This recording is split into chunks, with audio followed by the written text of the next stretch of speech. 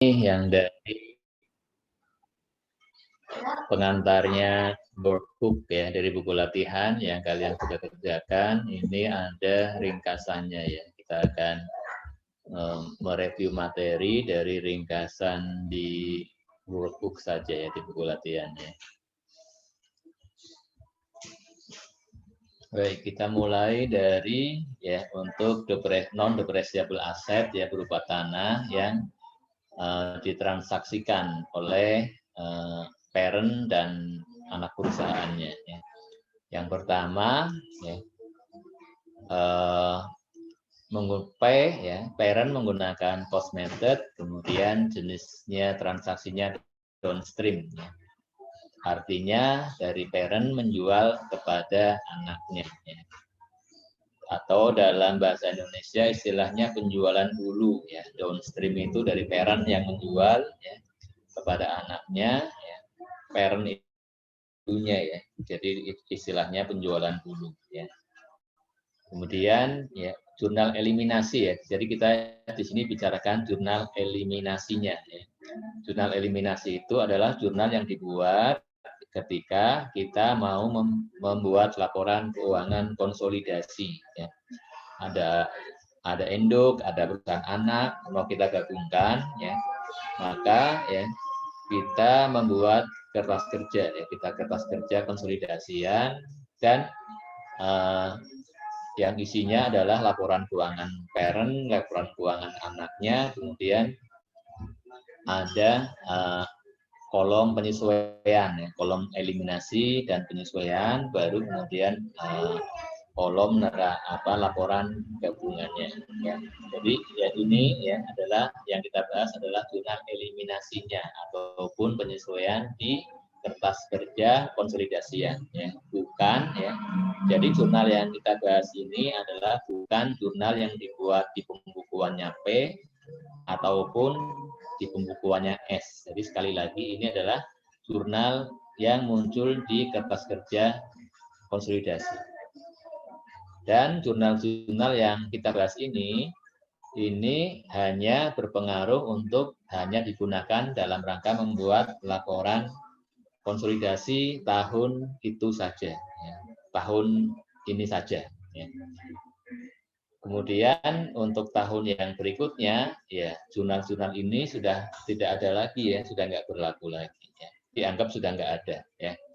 Sehingga untuk tahun berikutnya ya dibuat lagi jurnal-jurnal eliminasi yang baru lagi. Ya. Kemudian ya jurnal-jurnal eliminasi dan penyesuaian yang muncul di kertas kerja konsolidasian ini tidak diposting ke pembukuan P, tidak diposting di pembukuannya S. Artinya apa? Ketika di pembukuan S ada angka-angka yang perlu dieliminasi ataupun perlu disesuaikan, maka ya angka yang disesuaikan muncul di laporan konsolidasian. Tetapi angka-angka di pembukuannya S dan P tetap seperti adanya, ya. Dia tidak ikut diperbaiki, ya. Jadi ya di pembukuannya P ya dibiarkan begitu, di pembukuannya S ya dibiarkan begitu, ya. Kalau dianggap ada yang perlu dilakukan eliminasi, maka eliminasinya hanya di kertas kerja konsolidasi saja. Kemudian dan berpengaruh ke laporan konsolidasi, ya. Tetapi adapun angka-angka yang ada di pembukuan P dan di pembukuan S ya tidak berubah dengan adanya jurnal eliminasi ataupun penyesuaian di kertas kerja konsolidasi. Seperti itu ya yang harus dipahami. Ya, yang pertama kasusnya ya P menjual tanah kepada S. Ya, apabila ada sehingga kalau ada gain maka bagi P tentunya akan ketika dia menjual kepada S, tanah tersebut akan mengakui gain on sale of land. Ya. Katakanlah ada gain on sale of land. Nah, maka ya di tahun gain tersebut ya di mata P, di pembukuan P itu adalah sesuatu yang oke, artinya sesuatu yang memang bisa diakui oleh P ya. Karena P memang menjual tanah kepada S dengan harga lebih sehingga dia ada keuntungan. Nah, tetapi ketika sekarang ya pembukuan P dan pembukuan S kita gabungkan ya, laporan keuangan P dan S kita gabungkan jadi satu kesatuan ya, dianggap menjadi satu entitas, maka ya sekarang ya, transaksi penjualan tanah tersebut menjadi sesuatu yang tidak berarti ya dari sudut pandang konsolidasi. Kenapa? Berarti kan saya menjual tanah kepada saya sendiri ya, karena S sekarang sudah bergabung dengan saya kan begitu ya, menjadi satu entitas ya, entitas konsolidasi ya. Maka atas gain on sale of land yang diakui di pembukuan P, dan sekali lagi di pembukuan P adanya gain on sale of land ini adalah sesuatu yang dibenarkan ya, silahkan diakui oleh P ya. Tetapi di mata konsolidasi tidak bisa diakui. Maka gain on sale of land yang ada di pembukuan P ini harus dieliminasi. Dan ingat, eliminasinya hanya dilakukan di mana? Di kertas kerja konsolidasi saja. Adapun di pembukuan P, jadi biarkan saja. Kenapa? Memang dari sudut pandang P, memang ada gain, memang betul ya. Sehingga ya gain on sale of land-nya dieliminasi, kita sebut. Ya. Kemudian yang kedua terkait dengan tanah ya, nilai tanah ya, ketika dijual oleh P, nilai bukunya misalkan 100 juta, kemudian dijual kepada S 150 juta, sehingga S akan mencatat nilai tanah sebesar nilai perolehannya dia, yaitu 150 juta ya. Nah ini pembukuan S ini betul ya, karena memang dia membeli tanah dengan 150 juta harganya. Ya, sehingga di pembukaannya S ya sudah dibiarkan saja tanah tercatat dengan nilai 150 juta. Ya.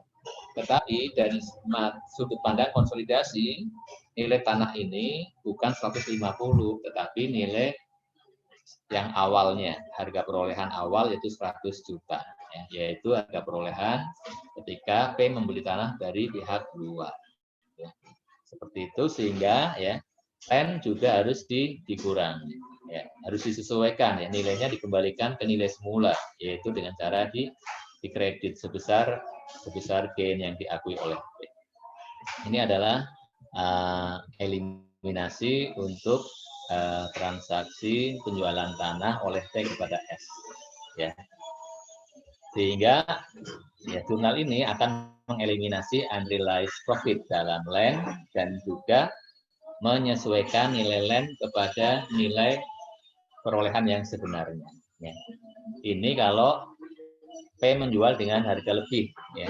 Bagaimana kalau P menjualnya dengan harga kurang dari harga perolehannya, maka akan ada loss. Ya. P mengakui adanya loss atas transaksi tersebut ya di pembukuannya P.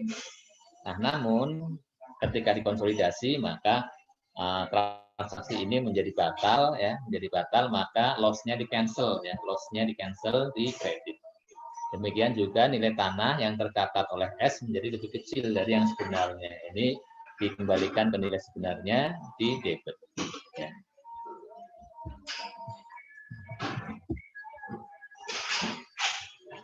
Kemudian untuk tahun-tahun berikutnya bagaimana? Untuk tahun-tahun berikutnya ya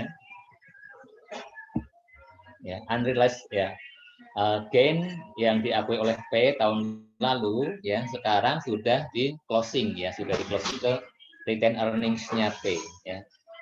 Sehingga ya retained earnings-nya P ya menjadi terlalu besar. Ya. Sehingga untuk tahun kedua ya RE-nya P kita kurangi, kita debit ya. Kemudian land saya ulang lagi ya, land ya di pembukuannya S tercatat sesuai dengan harga perolehannya dia ya, 150 juta ya.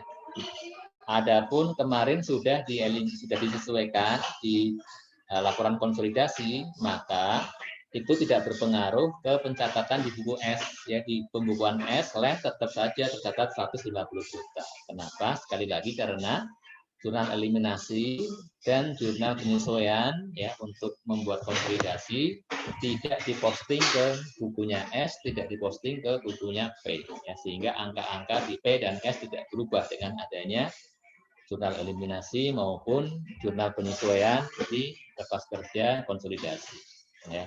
Sehingga tiap tahun ya harus dimunculkan seperti ini, yang lain harus disesuaikan. Ya. Berikutnya RE. Ya. Kemudian ini berlaku untuk tahun kedua, ketiga, dan seterusnya. Ya.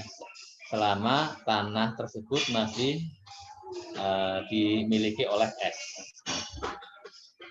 Nah, ini seperti itu.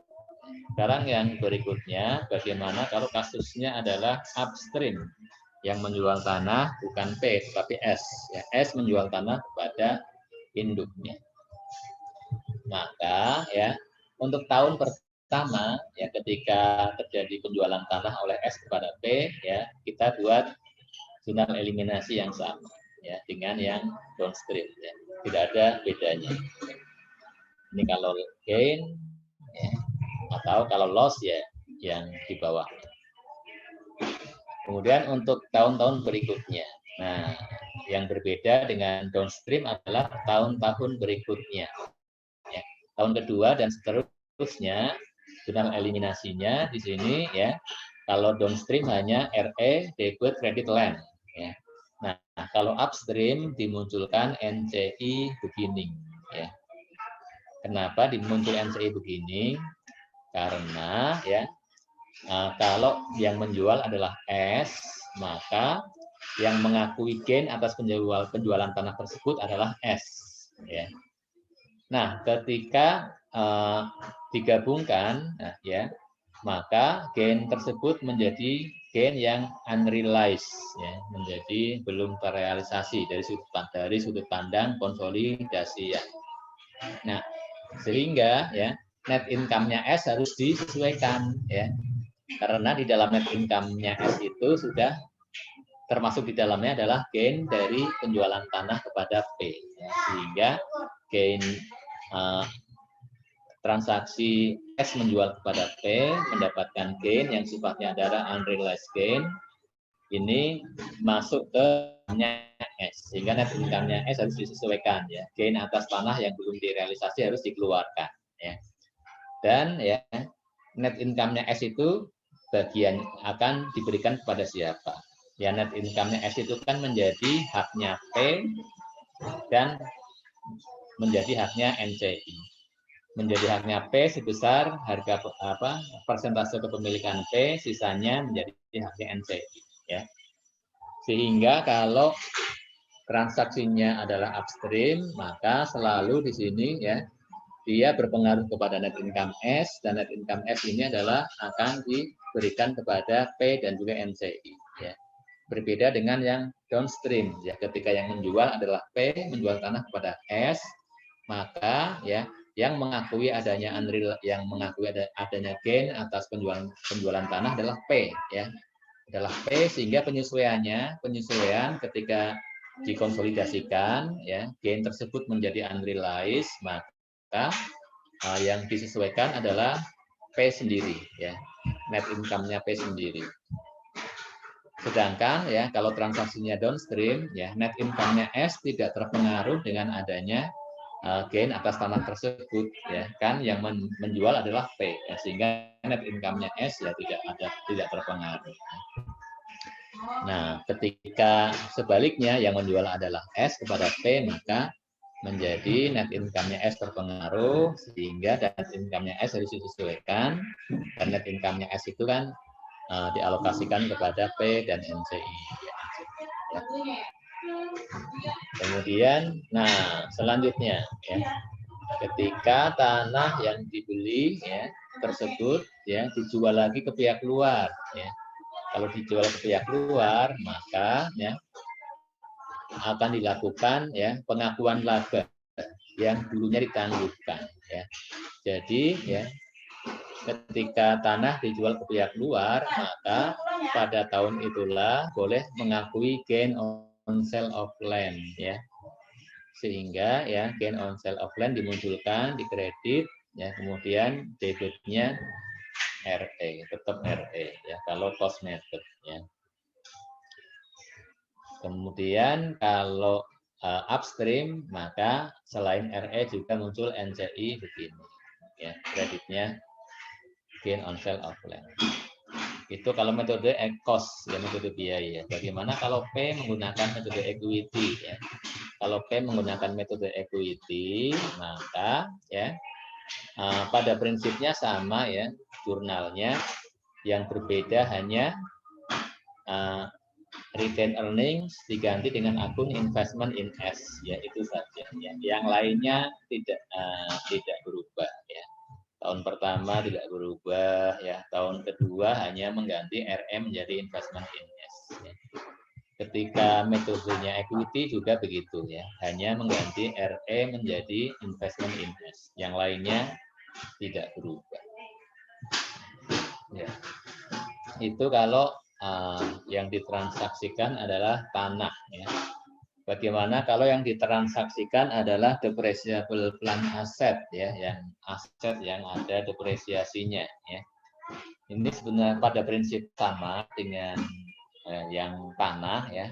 Hanya ada tambahan, ya. Tambahannya yaitu atas depresiasi aset tersebut, ya.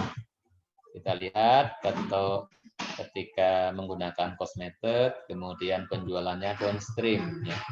Kalau di tahun pertamanya, ya, kita melakukan, ya, jurnal yang sama dengan land, ya, yaitu menghapus gain, ya. Gainnya dihapus di debit, ya.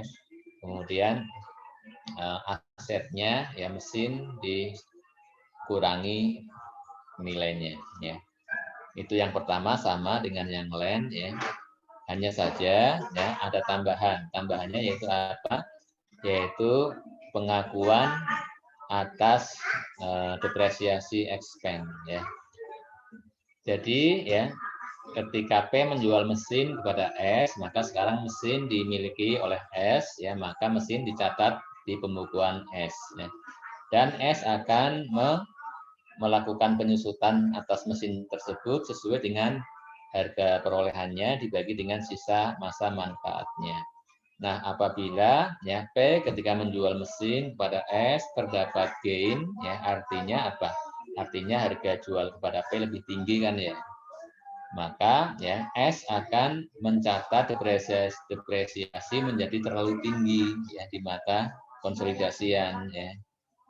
Maka, ya, di sini depresiasinya kita sesuaikan, dikurangi supaya menjadi sesuai dengan yang sebelumnya, ya. Depresiasi expense di debit, kreditnya akumulasi depresiasi. Ya, kemudian ini tahun pertama, ya. Tahun keduanya, ya. Tahun keduanya adalah, ya. Tahun keduanya bagaimana? Tahun keduanya, ya, saya menjelaskan yang jurnal kedua dulu. Jurnal kedua adalah kita menyesuaikan depresiasi expense tahun ini, ya, yang dicatat oleh S terlalu tinggi, ya, depresiasi expense di kredit debit akumulasi, ya. Debitnya bisa akumulasi atau kalau untuk menghemat akun biasanya langsung ke equipment net gitu, ya. Nah, ini adalah jurnal ini akan dibuat tiap tahun, ya, menyesuaikan nilai depresiasi expense.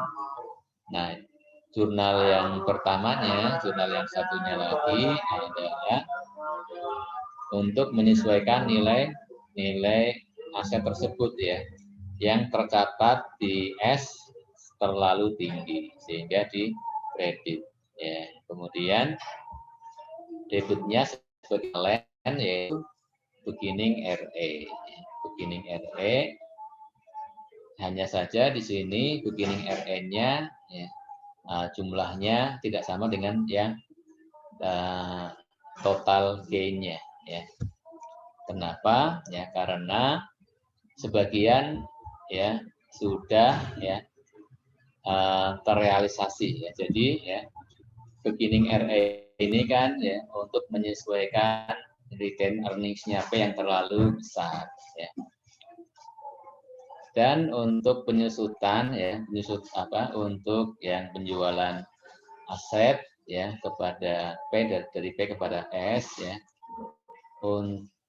untuk, ya, gain atas Nah, penjualan tersebut itu diakui terrealisasi seiring dengan berjalannya waktu. Ya.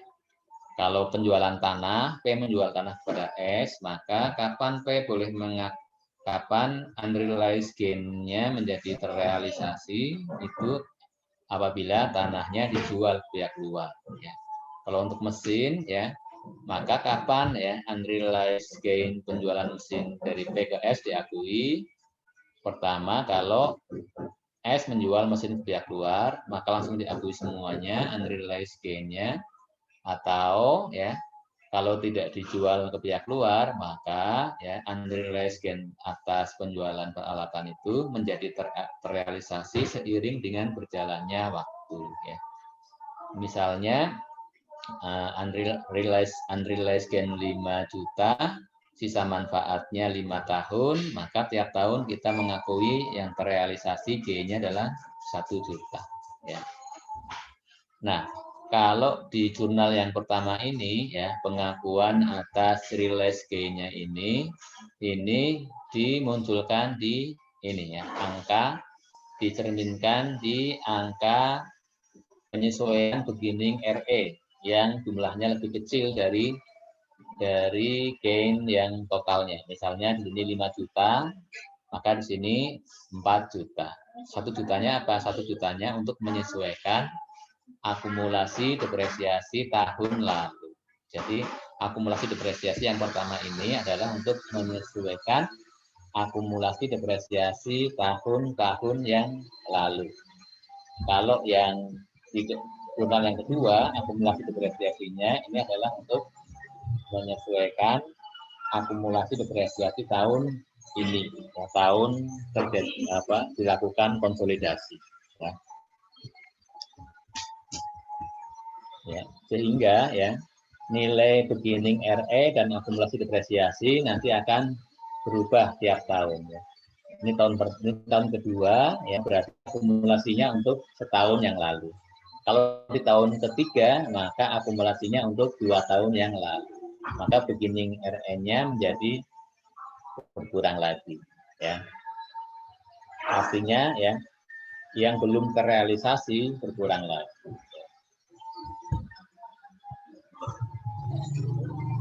Kemudian bagaimana kalau metodenya equity sama ya, pada prinsipnya jurnalnya sama dengan metode cost, yang berubah, yang berbeda hanya RE menjadi investment in S. Yang lainnya tidak berubah. Nah, bagaimana kalau upstream ya? Kalau upstream maka bedanya adalah untuk tahun keduanya alokasinya untuk RE dan untuk NCI untuk tahun kedua dan seterusnya ya. Tahun pertama tidak ada perbedaan ya, tahun kedua ya muncul ada NCI begini ya, NCI begini ya, dengan penjelasan seperti yang tadi ya, karena kalau transaksi upstream berpengaruh ke net income-nya S ya, dan net income-nya S itu kan akan dialokasikan kepada P dan NCI ya, sehingga dalam hal ini ya NCI ikut disesuaikan. Ya. Seperti itu ya, review materi pertemuan sebelumnya ya. Baik, ya saya cukupkan ya. Ya, dan selanjutnya ya akan lebih jelas dengan kita membahas latihan-latihan yang lalu ya. Silakan yang sudah ditugaskan untuk mulai dari yang ringan, latihan soal nomor 1. Silakan di-share layarnya yang bertugas. Izin, Pak. Ya, silakan, Mas. Apa sudah terlihat, Pak? Sudah, ya, silakan. Untuk soal 1, pada 3 Januari 2018, P mengakuisisi 80% saham beredar S untuk memegang kendali.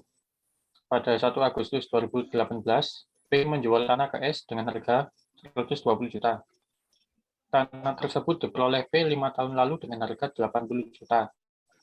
Pada April 2019, tanah tersebut dijual ke pihak ketiga dengan harga 200 juta. Buatlah jurnal eliminasi terkait penjualan tanah tersebut dengan menggunakan metode biaya pada tahun 2018 dan 2019. Untuk yang soal 1 ini kasusnya downstream karena P menjual ke S. Yang diketahui itu harga jual ke S 120 juta. Kemudian cost-nya P waktu membeli itu 80 juta. Kemudian diselisih didapatkan intercompany profit atau unrealized profit-nya itu 40 juta. Untuk jurnal eliminasi unrealized profit-nya yang tahun 2018 itu gain on sale of land pada land sebesar 40 juta. Kemudian karena pada tahun 2019 sudah terjual, maka jurnalnya itu RE pada gain on sale of land sebesar 40 juta. Sudah, Pak. Baik, ya. Sudah betul ya pengerjaannya. Silakan kalau ada yang mau dikomentari atau bertanyakan. Ya, kalau tidak ada, kita cukupkan. Terima kasih, Mas. Izin stop Dimas, ya. Silakan, ya. Silakan disiapkan yang berikutnya. Izin share screen, Pak. Silakan.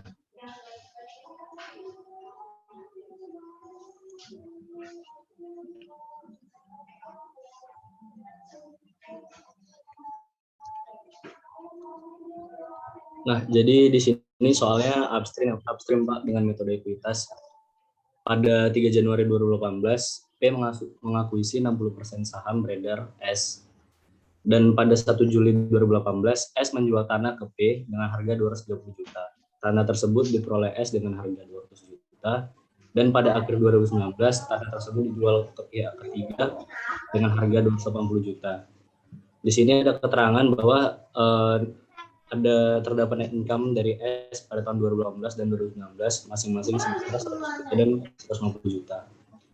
Soalnya meminta untuk membuat jurnal eliminasi terkait penjualan tanah pada tahun 2018 dan 2019. Lalu untuk membuat jurnal eliminasi terkait bagian NCI dan pendapatan dari S tahun 2018 dan 2019. Jadi yang pertama, karena penjualan tanah tahun 2018, saya akan mencatat unrealized profit dari penjualan tanah oleh S ke P. Yang pertama, gain on dan pada land sebesar 30 juta di sini, Pak.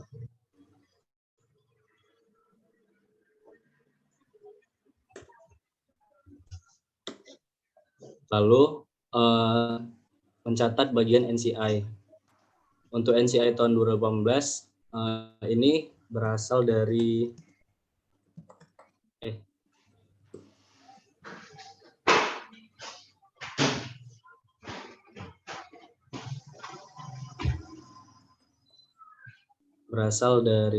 ini, Pak. Net income tahun 2018 tapi udah dikurang dengan gain on sale of land. Jadi karena kepemilikan NCI ada 40% dikali dengan income 2018 terus dikurang dengan gainnya 30 juta. Dapatnya 28 juta. Lalu jurnalnya juga meminta jurnal eliminasi dari pendapatan S. Jurnalnya income from S terhadap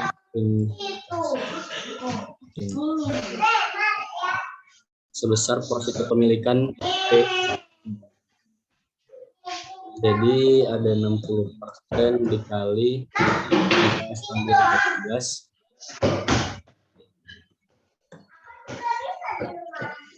dikurang dengan gainnya, Pak. Dapatnya 40 juta. Ini untuk jurnal 2018-nya, Pak. Lalu untuk jurnal 2019-nya, pertama untuk mencatat bagian NCI-nya,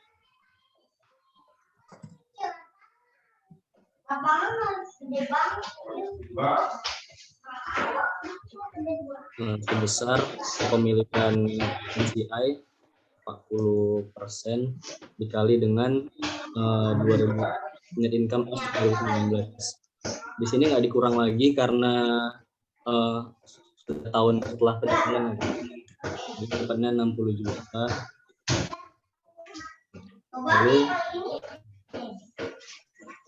untuk mencatat income from S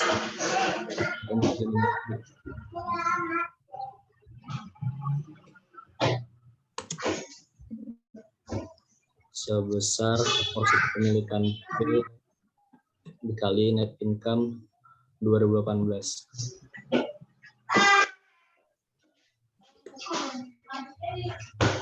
Yang terakhir ada jual penjualan dan eliminasi karena tanah sudah dijual ke jadi jualnya ada invest pada NCI. Jadi gini udah bisa diakses gini.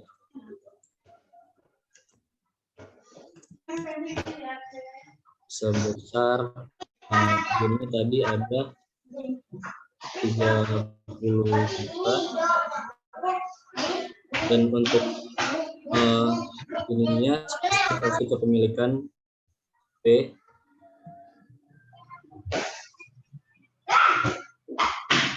yang ini porsi kepemilikan CI-nya.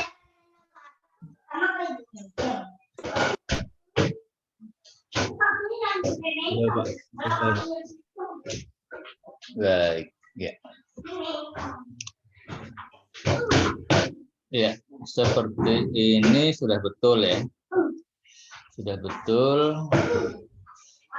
Atau bisa juga sih yang jurnal terakhirnya yang penyesuaian atas gain, yang realized gain itu digabungkan di jurnal yang sebelumnya ya, di income from S-nya ya. Sehingga income from S-nya menjadi ya, tapi seperti ini sudah betul ya. Ya, supaya memunculkan ya, ada gain on sale of land. Ya. Baik, silakan kalau ada komentar atau pertanyaan.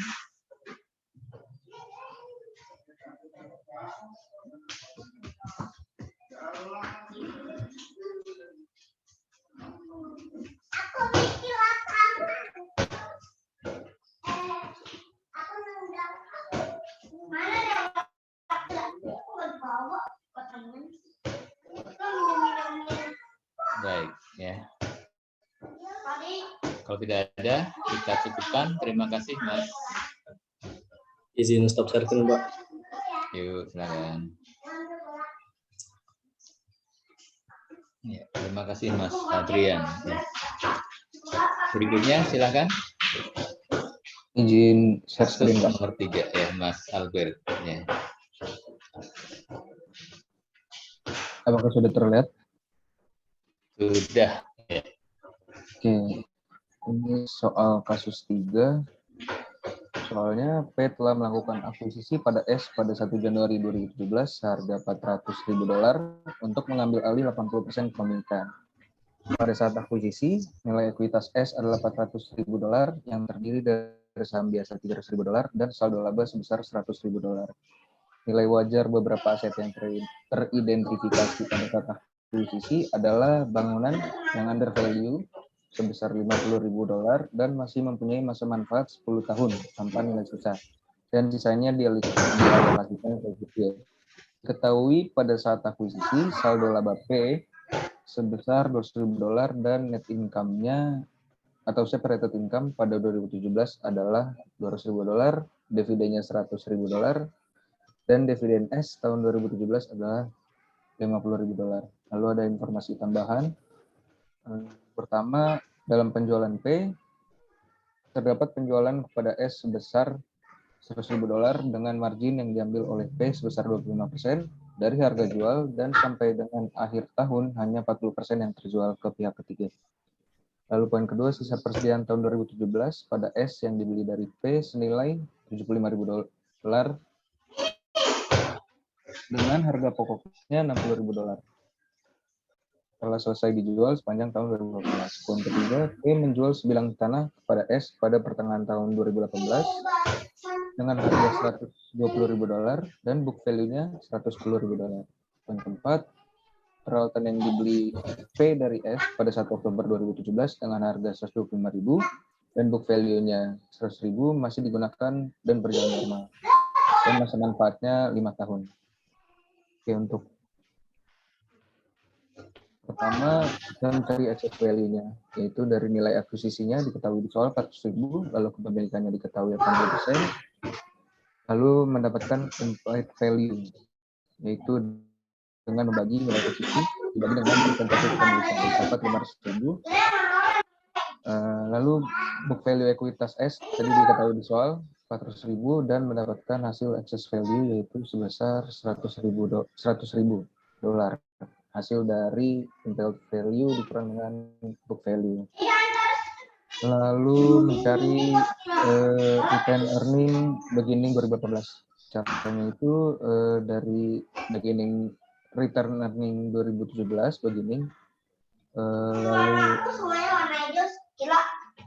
ditambah dengan separated income diketahui di soal juga 200.000 dikurang dengan dividen diketahui di soal 100.000 dan ditambah dividend income dengan cara 50.000 dikali presentasi kepemilikan, dapatlah return earning beginning P 340.000 dan sama untuk yang S. Lalu untuk alokasi eksesnya tadi di soal dibilang itu hanya untuk building dan sisanya ke goodwill. Jadi buildingnya diketahui 50.000 dan masa manfaatnya masih 10 tahun. Lalu nilai excess value-nya 100.000 dikurangi dapatlah hasil goodwill 50.000. Untuk jurnalnya yang pertama ada catch up adjustment. Itu investment in S terhadap return earning sebesar 76.000. Perhitungannya lagi yaitu perubahan return earning S hasil dari yang ini 200.000 kurang return earning ending S dikurang beginning S itu 100.000, lalu dikurang amortisasi dapatlah nilai catch up adjustment yang sebelumnya 95.000 tapi karena kepemilikannya 80% jadi dikali 80% hasilnya 76.000. Kedua ada jurnal eliminasi dividen income terhadap dividen S itu sebesar 80.000. Perhitungannya di samping total dividen tadi ada 100.000 di soal. Lalu untuk yang P karena kepemilikan sebesar 80% tinggal dikalikan dengan total dividennya dapat 80.000 dan untuk yang C dikurangkan saja atau 100.000 dikali 20%. Untuk yang selanjutnya jurnal NCI expense. Itu ada NCI expense terhadap dividen S dan NCI perhitungannya ada di sebenarnya itu dengan pertama kita mengetahui NCI net income S itu ada di worksheet 175 lalu dikalikan dengan 20%. NCI-nya 20% dapatlah 35. Lalu dikurang dengan amortisasi building dan realize profit equipment. Karena equipment-nya upstream Mas ya? Equipment-nya transaksi downstream atau upstream?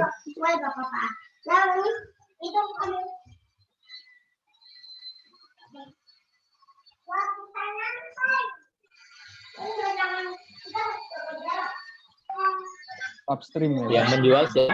Yang menjual S. Berarti upstream ya? Iya ya. Salah.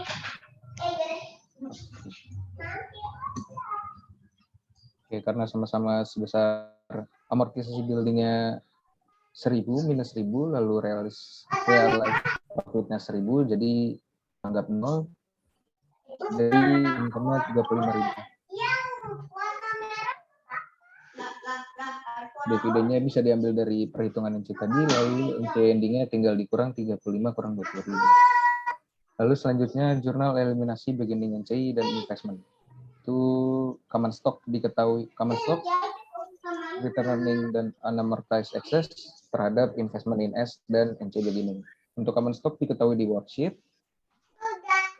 Begitu juga return earning, dan untuk unamortized excess-nya caranya excess value dikurang dengan amortisasinya sebesar 9.000. Jadi dapat hasilnya 95.000. Untuk investment in S, caranya catch-up adjustment ditambah dengan nilai posisi awal. Dapatlah nilai sebesar 476.000. Lalu NCI beginning-nya tinggal investment in S dikurang dengan nominal yang ada di debit. Dapatlah 119.000. Selanjutnya ada jurnal alokasi unamortized excess, yaitu building dan goodwill terhadap unamortized excess. Buildingnya tadi kita ketahui 50.000 dikurang dengan amortisasi sebesar 5.000, jadi dapat 45.000. Lalu goodwill tadi kita cari di alokasi excess, dapat 50.000. Untuk unamortized excess-nya bisa diambil dari jurnal sebelumnya atau bisa dijumlahkan ke nominal yang ada di debit. Lalu selanjutnya untuk jurnal amortisasi building itu seperti biasa depreciation expense terhadap building sebesar 5.000 karena nilainya itu 50.000 dan dan masih ada 10 tahun. Dengan metode straight line jadinya untuk per tahunnya 5.000. Selanjutnya ada jurnal realized profit inventory.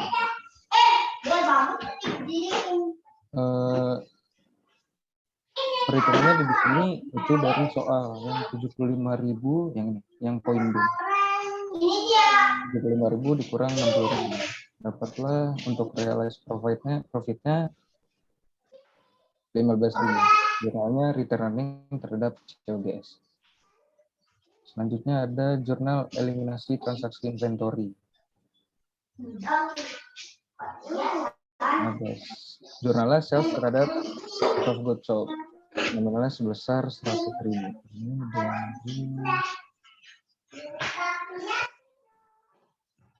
Ini poin A. Selanjutnya ada jurnal eliminasi unrealized profit. Jurnalnya cost of goods sold terhadap inventory sebesar 15.000. Itu perhitungan dari sini.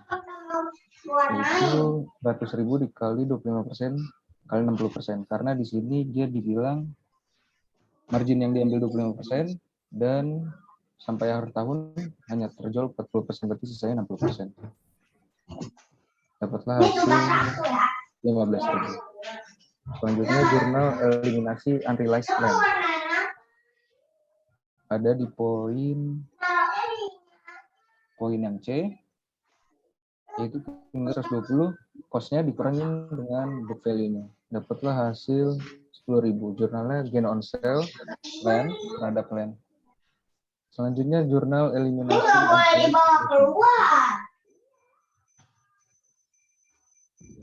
perhitungannya di sini itu dari poin yang D. Cost-nya 125.000, book value-nya 100.000. Berarti ada selisih 25.000. Selanjutnya dibagi 5 karena dia bilang di soal masa manfaat peralatan tersebut pada saat pembelian diperkirakan selama 5 tahun. Jadi 25.000 dibagi 5 dapatlah hasil 5.000. Selanjutnya ada jurnal eliminasi realized equipment. Itu return earning begini dan NCI beginning akumulasi depresiasi terhadap equipment. Untuk yang ini pertama kita cari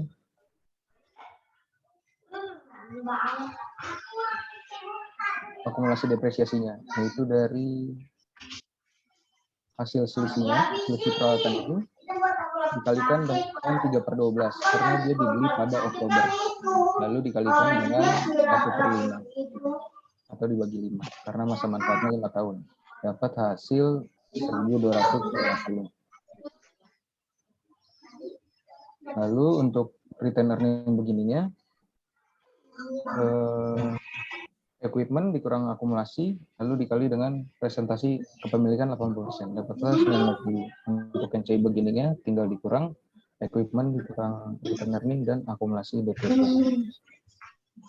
Itu untuk jurnalnya, lalu kita ke workbook-nya. Di workbook yang kosong itu ada financial offline. Ini kita dapat tadi dari jurnal 10.000. Lalu dividen income itu caranya dividen S dikali dengan presentasi kepemilikan. Lalu yang kosong lagi di workbook ada net income. Itu tinggal dijumlahkan dari sales sampai interest expense. Lalu return earning beginning. Itu kita cari tadi dari di sini. Dari induknya. Selanjutnya return earning ending. Itu tinggal dijumlahkan. Lalu cash. Bagian ini investment in S tidak diketahui. Tapi tadi di jurnal sudah kita dapat. Oh, bukan. Itu investment in S nilai akuisisi awal. Lalu bisa dijumlahkan hingga akhirnya ketemu case-nya dengan cara total aset dikurangi dengan jumlah dari account receivable sampai akumulasi depresiasi. Lalu untuk return earning ending 2018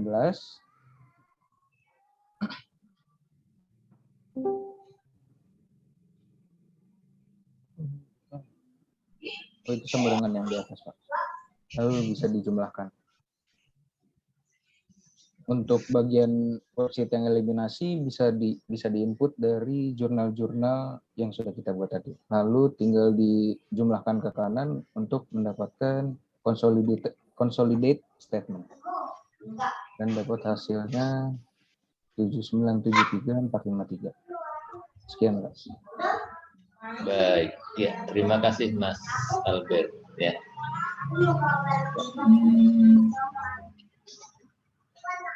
Sudah betul nih ya pembahasannya. Silahkan kalau ada yang mau ditanyakan atau dikomentari.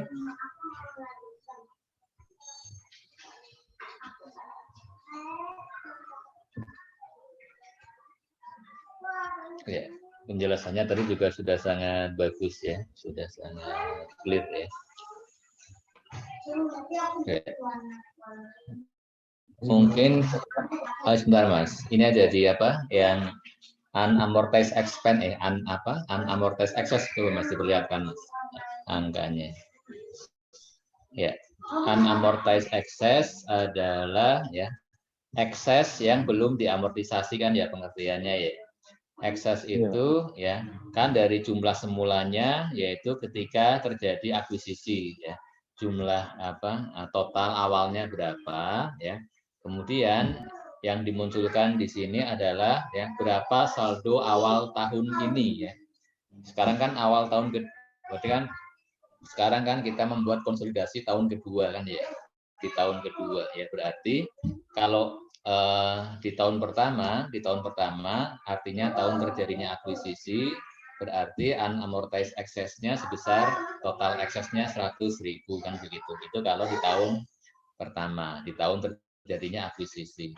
Nah, tahun berikutnya ya maka unamortized excess-nya sekarang sudah berkurang yaitu kan tahun lalu sudah diamortisasi selama setahun ya.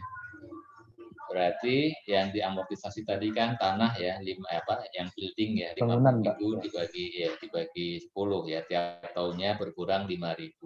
Sehingga di sini unamortized tahun ini ya posisi awal tahun tahun 8 yang kita buat ya. Ini kan kita membuat tahun yang keduanya. Nah, awal tahunnya berarti posisinya di 95.000. Nah, kalau kita membuat untuk posisi untuk tahun ketiganya, berarti unamortized excess-nya ya 90.000 kan ya. 100.000 dikurangi 2 kali amortisasi 5.000 berarti unamortized-nya 90.000. Seperti itu ya untuk unamortized excess ya. Ya, itu saja tambahan dari saya ya. Silakan kalau ada yang mau ditanyakan atau dikomentari. Izin bertanya, Pak. Silakan, Mas. Pak, ini kan kalau misalnya udah rilis kan ini menambah dari income from sama NCI expense yang nanti atau equity yang nanti dieliminasi Pak. Tapi kenapa di latihan 2 tadi nggak menambah lagi ya Pak? Yang Waktu eliminasi latihan income from-nya 2 ya. yang tadi, pembahasan yang tadi. Iya. Nggak ditambah Iya. lagi waktu eliminasi. Ya bisa yang di latihan 2 tadi ya. Sebenarnya ya jurnal yang ketiga ya bisa juga sih digabungkan di jurnal yang 1, 2 ya. Artinya realize gain-nya ditambahkan langsung ke income from-nya ya.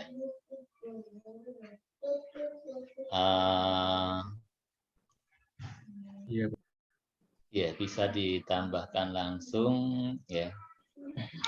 Atau kalau tadi kan dipisahkan ya, dipisahkan.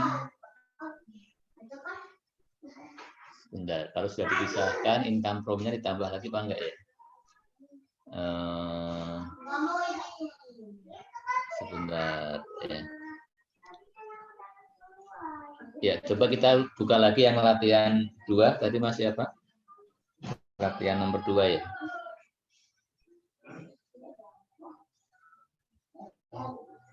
Income from-nya harus ditambahkan atau bisa gitu. Coba silakan yang ini di stop dulu Mas Albert. Kita stop dulu ya. Terus minta tolong yang tadi Mas Adrian ya. Yang nomor latihan nomor 2 Mas, coba Mas. Ya Pak. Di-share lagi coba. Yang tadi latihan tadi Pak. Oke Pak. Iya.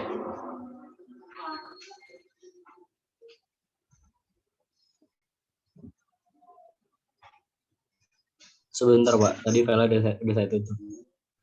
Ya.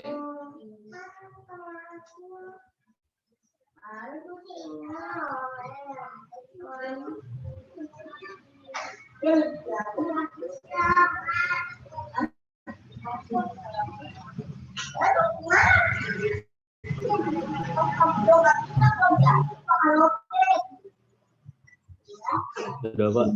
Enggak, iya.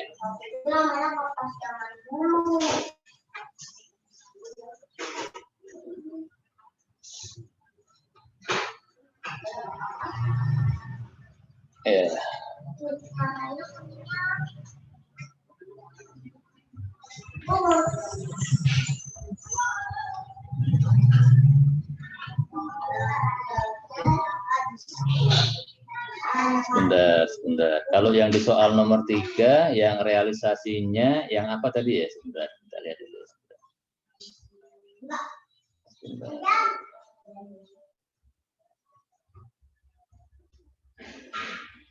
Yang equipment Pak. Equipment ya. Oh, yang realisasi equipment ya. Realisasi equipment-nya ya.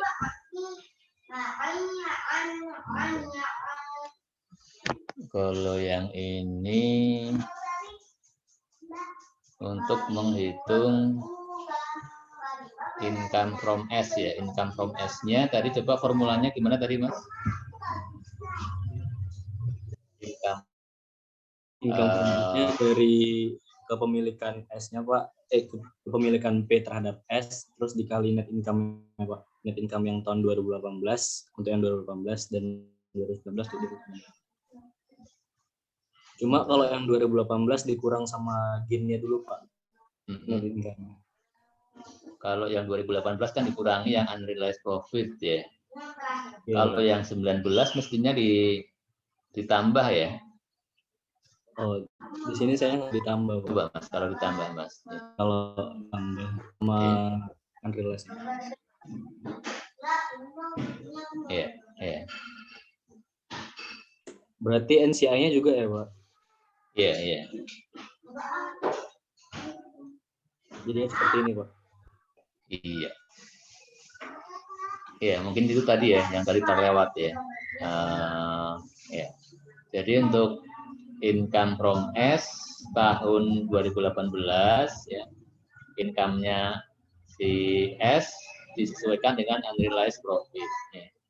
Kemudian di tahun 2019 ya, ternyata unrealized-nya menjadi sudah terrealisasi, ya, sehingga net income S di tahun 2019 ini kita sesuaikan dengan, ya, ditambah dengan realisasi gain, ya, betul Mas, ya. Terima kasih Mas. Baik Pak, makasih Pak. Sama, ya, Terima kasih, Pak. sama, ya. Izin Pak, Ya, silakan. itu nggak dikali presentasi kepemilikan ya Pak? Yang mana? Yang income from-nya? Iya. Maksudnya yang ditambah realize profitnya sebenarnya. Oh iya, di Mas, ya, dalam kurun Mas, ya, ya. Karena kan upstream, ya, berarti disesuaikan dulu net income-nya, baru dikalikan persentasenya, betul ya. Terima kasih. Ya. Kalau yang downstream, yang tanpa dikalikan semuanya untuk P, ya, tidak dikalikan persentase, ya. Kalau ini karena upstream berarti, ya, disesuaikan dulu net income-nya S, baru dikalikan dengan persentasenya, ya. Terima kasih koreksinya. Baik, ya. Ada lagi yang mau disampaikan atau mau ditanyakan?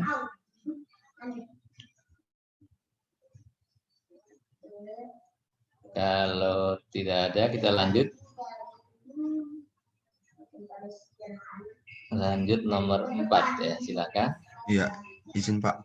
Share screen. Silakan Mas.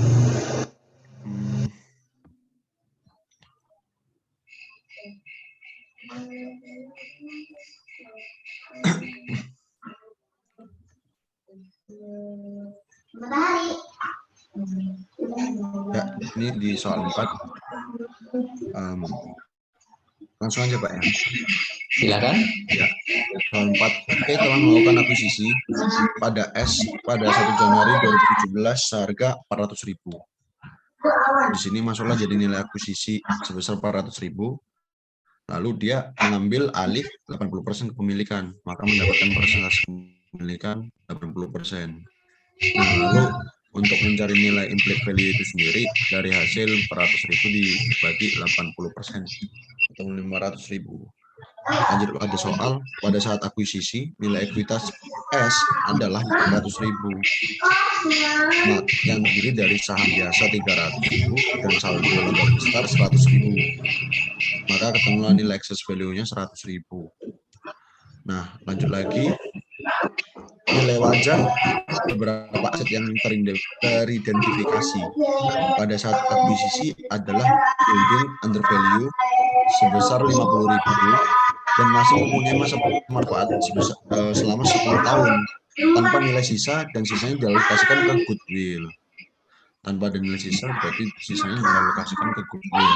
Nah, diketahui pada saat akuisisi saldo laba P 200.000 dan net income-nya itu pada 2017 adalah 200.000 dan dividennya adalah 100.000. Dividen S tahun 2017 adalah 50.000. Nah, informasi tambahan yang dapat dijadikan pedoman penyusunan laporan validasi yang berakhir 31 Desember. A. Dalam penjualan P, terdapat penjualan kepada S. Berarti dia melakukan downscreen sebesar 100.000 dengan margin yang diambil oleh P sebesar 25.000 dari harga jual. Dan sampai dengan akhir tahun hanya 40% yang terjual ke pihak ketiga. Lalu ada juga yang B, sisa persediaan tahun 2017 pada S yang dibeli dari P, upscreen senilai 75.000 juta. Dengan harga pokoknya 60.000 telah selesai dijual sepanjang tahun 2018. Lalu yang C juga penjualan sebidang tanah kepada S pada pertengahan tahun 2018 dengan harga 120.000 dan book value adalah 110.000. D, peralatan yang dibeli P dari S downscreen pada 1 Oktober 2017 dengan harga 125.000 dan book value-nya sebesar 100.000. Masih digunakan dan berjalan normal.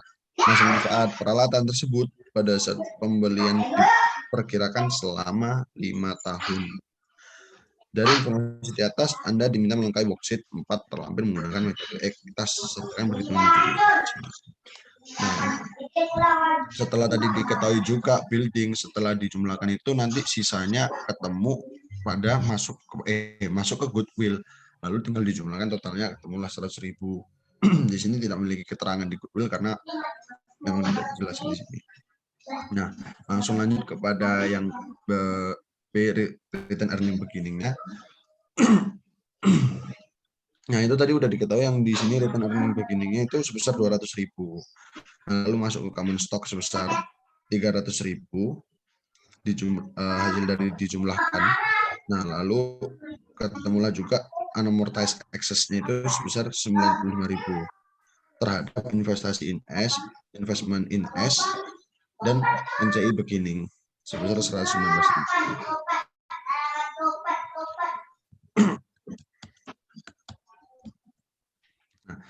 Langsung lanjut lagi yang di sini goodwill karena alokasi dari building tadi sebesar 50.000 pada alokasi excess, lalu ketemu juga building sebesar 45.000 kurang 5.000 tadi, maka ketemulah amortized excess-nya 95.000. Nah, lalu yang D, amortized expense terhadap building sebesar 5.000 di sini. Nah, lalu income from S sebesar 130.000 terhadap dividen S 80.000 dan investment in S-nya 50.000.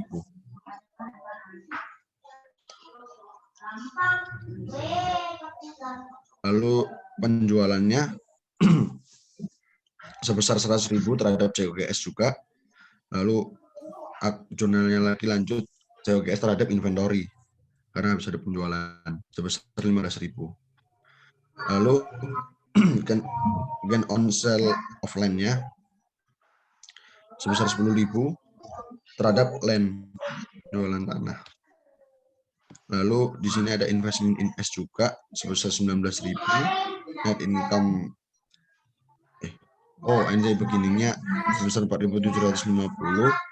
Lalu accumulated depreciation sebesar 1.250, hasil depresiasinya dan terhadap equipment 25.000 equipmentnya. Lalu accumulated depreciation-nya terhadap depreciation expense kita tutup sebesar 5.000. Lalu yang terakhir juga NCI expense-nya terhadap dividen S terhadap NCI equity juga 35.000 totalnya. Nah, lalu ketika dihitung ini tadi, maka beralih kepada neraca. Mencari neraca P return earning beginning 2018. Nah, di sini diketahui juga return earning 1 Januari 2017-nya itu sebesar 200.000. Lanjut lagi di spirited net income pay-nya itu diketahui juga 200.000. Spirited income-nya 200.000.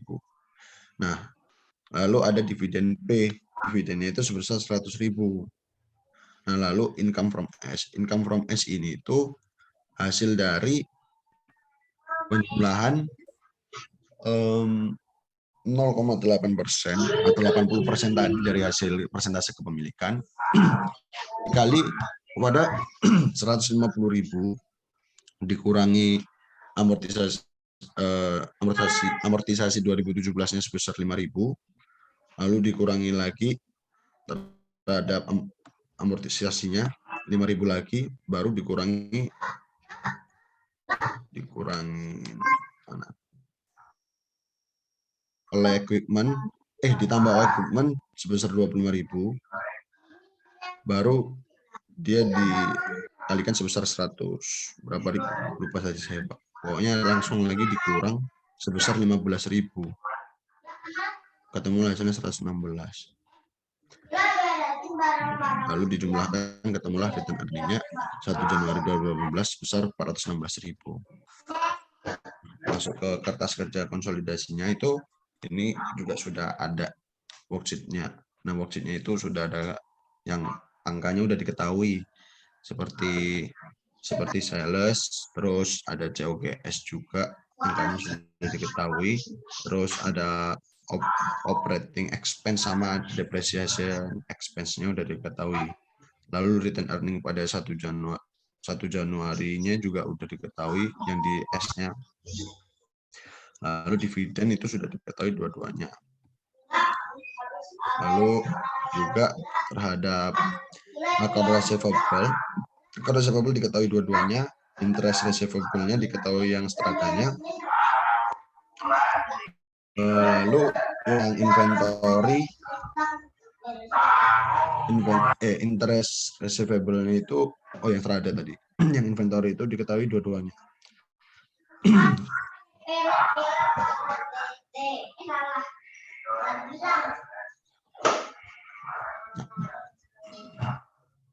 Pak, saya mau izin Pak, yang bagian KKK-nya ini dibantu juga Pak. Soalnya saya kurang paham, kemarin saya juga UTS yang kertas kerjanya saya nggak sempat ngisi. Nah, jadi kemarin saya nanya ke temen yang ini. Oke. Cuman kalau yang saya perhatikan itu juga ya hasil dari jurnal yang ada di sini dimasukkan dalam KKK gitu. Oke. Coba ada ini nggak Mas? Untuk income from S-nya penghitungannya ada rinciannya nggak? Income from S ya tahun 2018, 2017 ada rinciannya nggak? Income from S, benar Pak. Ada rinciannya ya? Saya nggak ada rinciannya rinciannya yang di sini. Yang ini doang. Baik. Ya. Iya Pak. Income from S. Sebentar. Mungkin ada yang bisa membantu yang rincian income from S-nya tahun 2018, 2017 ya. Saya persilakan untuk di-share layarnya. Yang ini kita cukupkan dulu Mas. Ya. Iya. Dicukupkan dulu. Coba. Ya, saya tawarkan ya. Silakan kalau ada yang mau. Stop share ya Pak ya? Ya, silakan. Ya, Stop makasih. share. Ya. Yang ada perhitungan rincian income from S, silakan. Ditayangkan. Izin Pak. Mas Restu, silakan Mas.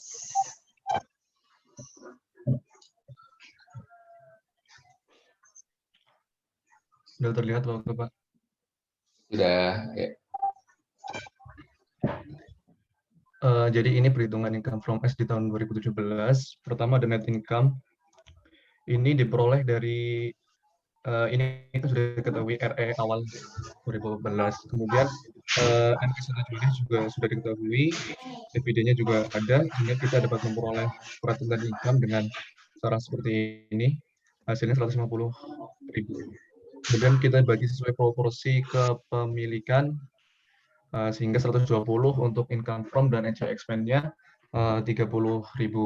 Kemudian untuk amortisasi di sini ada building under value, kemudian unrealized profit inventory, unrealized profit equipment upstream dan realized profit-nya.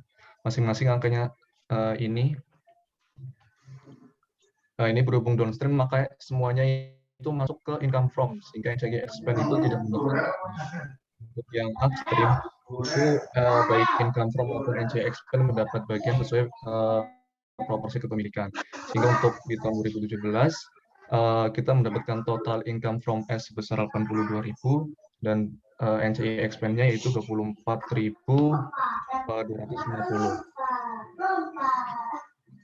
Dan di tahun 2018-nya ini net income kita dapat dari worksheet ini, sehingga kita bisa langsung pindahkan. Kemudian dibagi sesuai proporsi kepemilikan 80%, 20%, hasilnya 150 dan juga 35.000. Kemudian buildingnya juga kita kan mengamortisasi tiap tahun sebesar 5.000 minus 5.000 dibagi sesuai proporsi kepemilikan. Kemudian realized profit yang tadinya di sini masih unrealized di tahun 2017, di tahun 2018-nya itu sudah realized. Dan berhubung downstream, maka semuanya masuk ke income from S. Kemudian unrealized profit inventory, ini juga downstream, sehingga semuanya masuk ke income from S. Kemudian untuk unrealized land, ini berhubung downstream, masih downstream.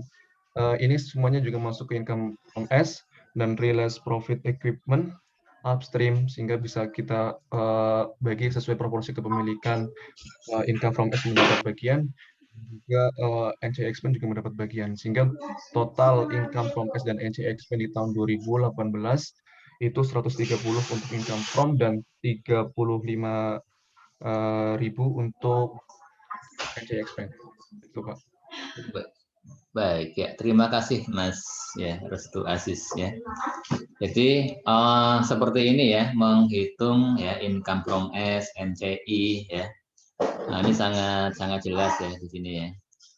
Jadi apa dari net income, kemudian ada penyesuaian. Penyesuaian itu patokannya kalau untuk amortisasi ekses ya itu dialokasikan untuk NCI, untuk P untuk NCI ya. Kemudian kalau yang upstream juga dialokasikan untuk P untuk NCI ya. Tetapi kalau yang ketiga yang downstream, kalau transaksi downstream semuanya untuk P ya, semuanya untuk P atau untuk income from S berarti ya. NCI-nya nggak kebagian. Ya seperti ini ya. Nanti mungkin bisa di-share ke teman-teman Mas atau yang membutuhkan ya. Tadi Mas Fazar mungkin bisa di-share ini ya. Dari Mas Restu Aziz ya untuk apa hitung-hitungan apa income from S, NCI expense-nya ya. Jadi apapun apa soalnya ya seperti ini ya, formulanya ya, formula untuk menghitung income from S, NCI expense ya. Dari net income S kemudian disesuaikan dengan amortisasi ekses ya. Yang ketiga selanjutnya disesuaikan dengan yang upstream ya. Jadi net income disesuaikan kemudian yang kedua yang amortisasi ekses, yang ketiga yang upstream. Ini 1 2 3 ini dikalikan dengan persentasenya ya. Sedangkan yang satu lagi yang downstream ini downstreamnya hanya untuk P ya. Sedangkan yang dialokasikan untuk P dan untuk NCI yaitu meliputi net income S, kedua amortisasi ekses, yang ketiga transaksi upstream ya. Nah, kuncinya di situ ya untuk menghitung income from S dan NCI expense ya. Ya itu saja ya. Kemudian ya kalau transaksinya yang intercompany ya ada realized, ada yang unrealized ya. Ada realized, ada yang unrealized ya. Ya baik yang realized maupun unrealized, kalau upstream ya dialokasikan ke NCI, kalau downstream hanya untuk income from S, hanya untuk P ya. Baik, terima kasih Mas Restu Aziz. Atau silakan kalau ada yang dikomentari atau mau ditanyakan.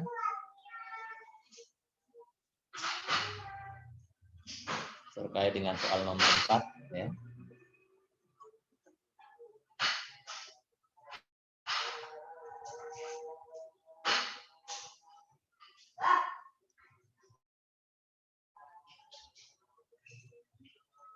Baik ya. Kalau tidak ada kita cukupkan Mas Restu Aziz. Terima kasih. Izin stop share Pak. Yuk, silakan. Baik ya, sebelum kita lanjut ke soal UTS, kita break dulu ya, break sholat dulu ya, 15 menitan ya, 15 atau 20 menit ya. Setelah break sholat nanti kita lanjutkan. Ya. Pak.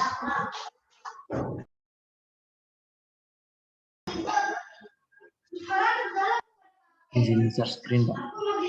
Silakan Mas Yim.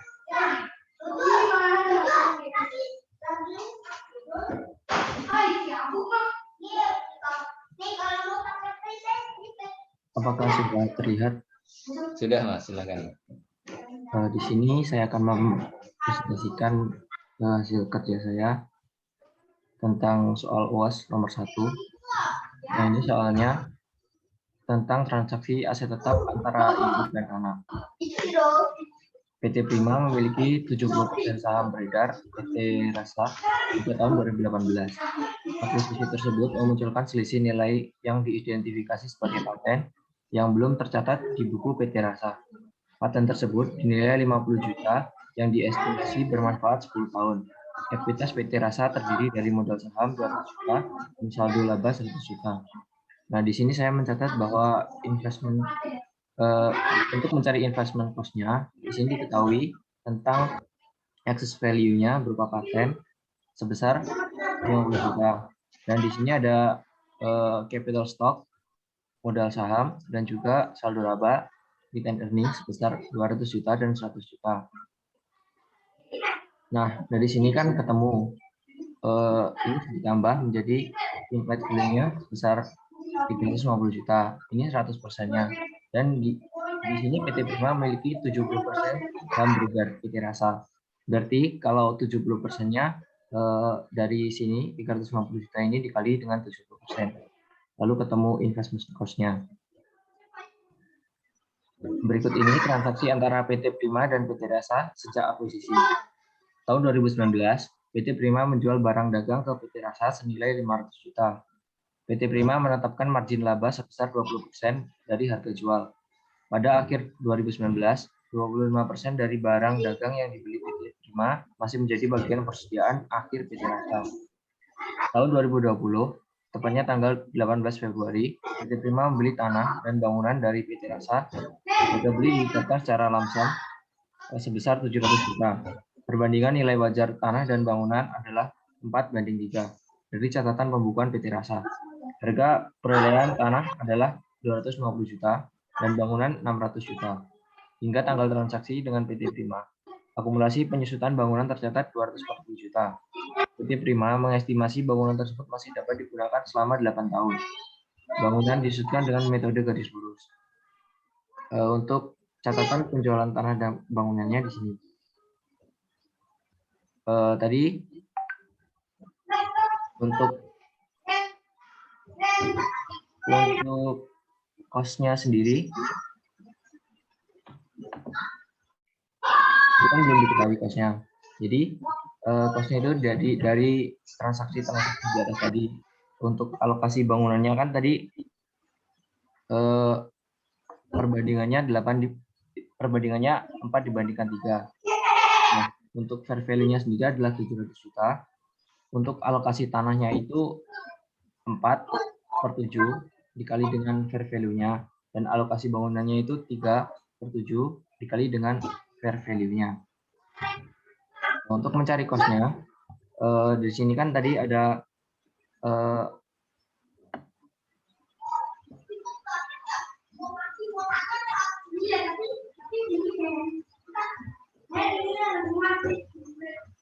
nah, di sini harga perolehan tanah sebesar 250 juta dan bangunannya 600 juta hingga tanggal transaksi dengan PT Prima akumulasi penyusutan bangunan tercatat 240 juta.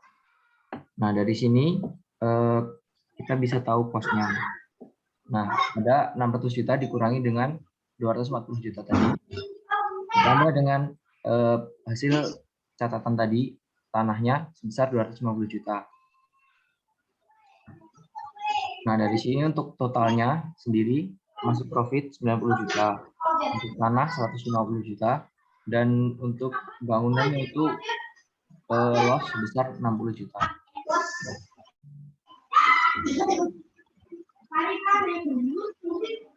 Nah, di sini lanjut tahun 2020 PT Prima menjual barang dagang ke PT Rasa senilai 600 juta. Margin laba 20% dan 30% dari barang tersebut belum terjual hingga akhir 2020. PT Prima menggunakan metode ekuitas untuk mencatat transaksi investasi di PT Rasa. Laba bersih dan dividen PT Rasa adalah sebagai berikut.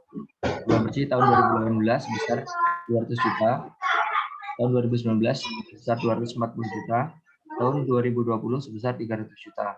Dan untuk dividennya tahun 2018 80 juta, tahun 2019 120 juta, dan tahun 2020 sebesar 150 juta.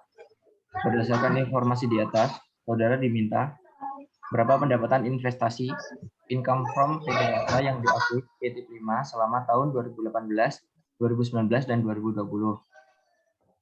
Menghitung saldo investasi PT Rasa yang disajikan di laporan posisi keuangan PT Prima per 31 Desember 2020. Lalu membuat jurnal eliminasi KK 2020 terkait dengan eliminasi transaksi persediaan, eliminasi transaksi aset tetap, eliminasi akun resiprokal pendapatan investasi, dan penyesuaian beban non pengendali. Nah, untuk pertama, kita mencari pendapat investasi income from PT Rasa pada tahun 2018, 2019, dan 2020. Nah, untuk perhitungannya sebagai berikut. Tadi diketahui bahwa untuk laba bersihnya sebesar 200 juta. Ini untuk income from PT Rasanya dikali dengan 70%, dan untuk NCI-nya sebesar dikali dengan 30% sebesar 60 juta. Nah, ini ada amortisasi paten. Ini dari excess value tadi dibagi dengan masa manfaatnya 10 tahun. Lalu untuk perhitungan tahun 2019, laba bersihnya 240 juta. Nah, untuk income from PT Rasanya, ini dari awalnya dikalikan dengan 70%, dan untuk NCI expense-nya dari total ini dikalikan dengan 30%. Ini masih sama, dikurangi dengan amortisasi paten, lalu dikurangi dengan unrealized profit inventory dari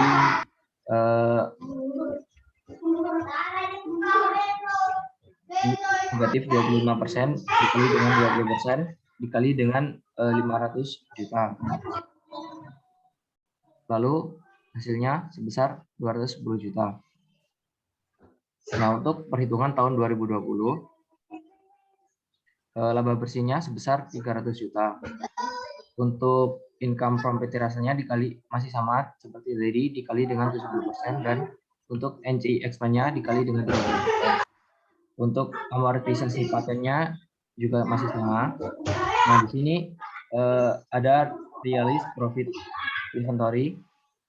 Ini karena downstream, maka untuk income from PT Rasa semuanya. Lalu ada unrealized profit inventory, ini juga downstream, berarti untuk income from PT Rasa semuanya. Untuk ini unrealized profit land karena upstream, maka ini untuk income from PT Rasa, dan juga untuk NCI expense, dan ini juga unrealized cost building, ini upstream, maka juga untuk income from PT Rasa sebesar 70%, dan juga NCI expense sebesar 30%-nya. Lalu ini untuk realized cost building-nya, ini dari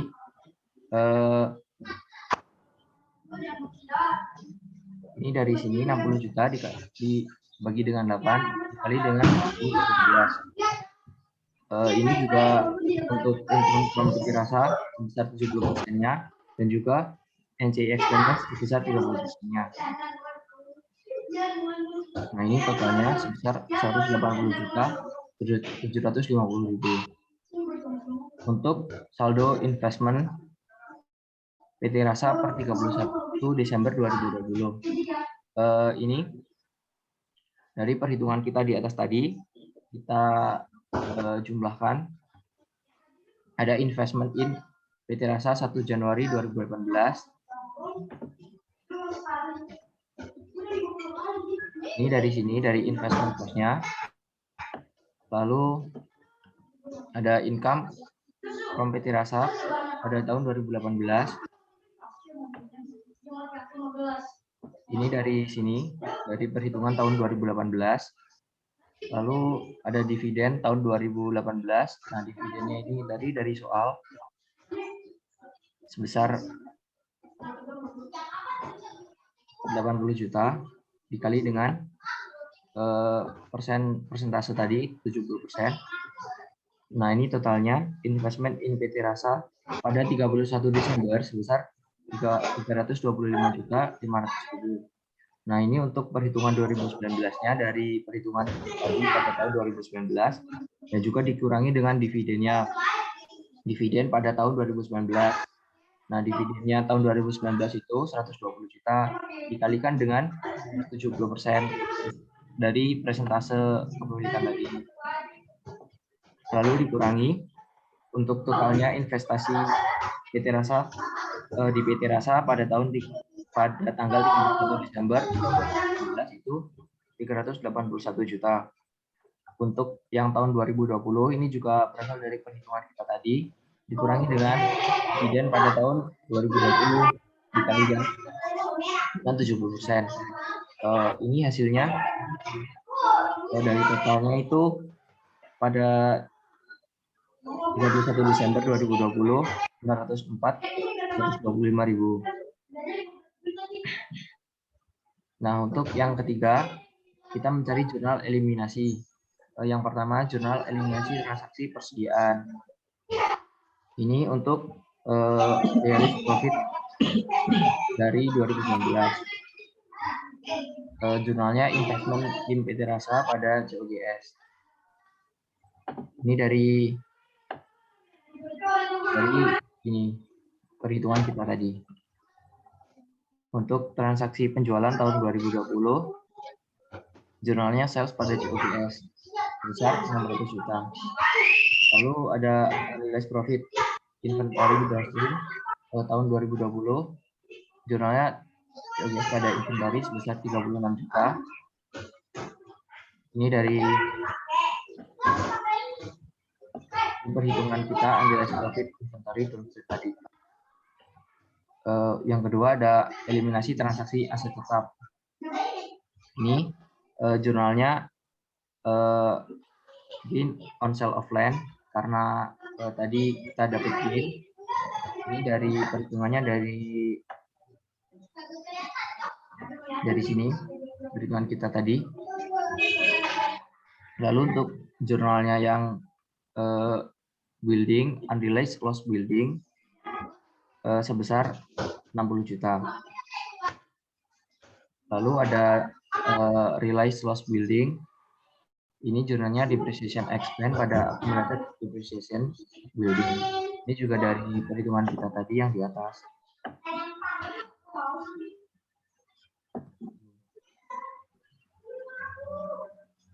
Yang ketiga, eliminasi akun resiprokal pendapatan investasi. Jurnalnya income from PT Rasa pada dividen pada investment in S PT Rasa. Nah, untuk income from PT Rasa ini dari sini 70%-nya dari total ini, total investasinya.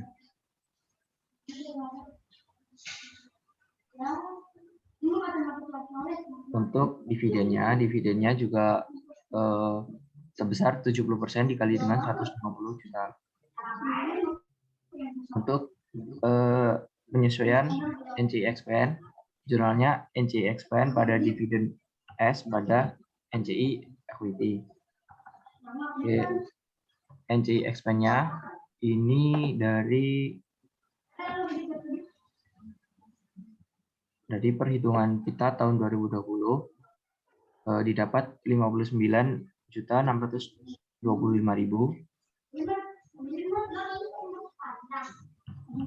Dan untuk dividen S-nya itu dari 30% dikali dengan dividen pada tahun 2020 150 juta. Itu hasilnya 45 juta. Untuk NCI equity-nya ini tinggal saya kurangi dari sini dikurangi dengan dividen S. Seperti itu, Pak. Baik, coba dicek yang menghitung income from S-nya. Coba yang tahun 2020 juga.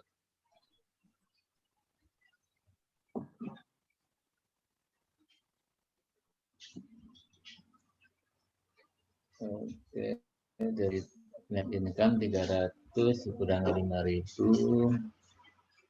Kemudian realized profit 25 downstream ya. Oke. Terus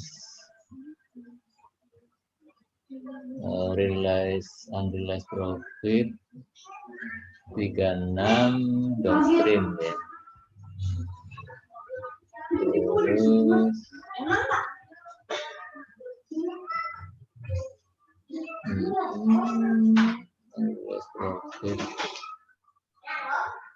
unrealized profitnya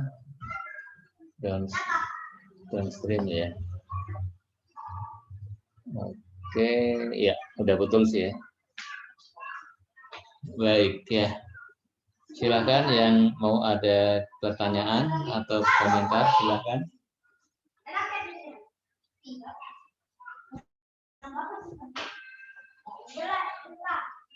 Silakan kalau ada.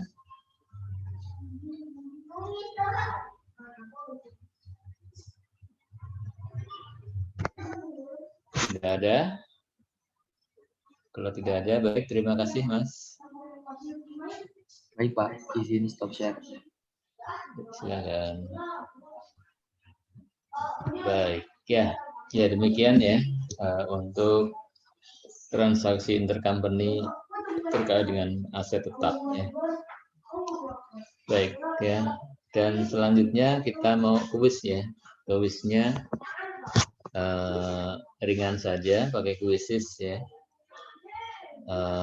Tidak seperti yang latihan yang barusan dikerjakan ya. Dan ini seperti untuk bersenang-senang saja sebenarnya ya. Baik, akan saya share kuisisnya ya. Silakan disiapkan mau pakai apa ya untuk bergabung dengan kuisisnya ya. Mana.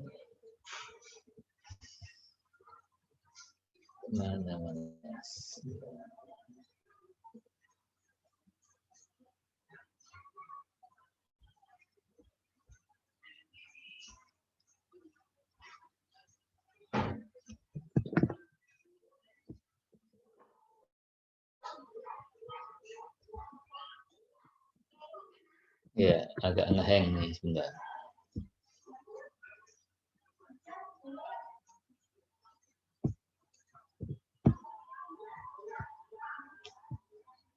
Masih. Ya, sebentar. Ya, sudah bisa.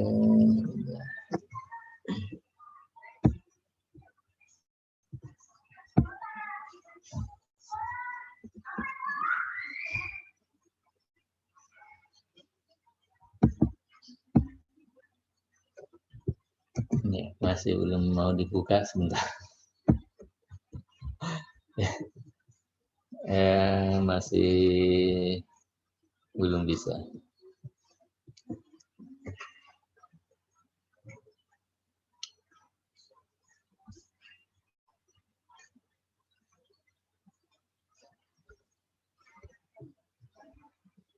Sebentar, saya buka di satu lagi.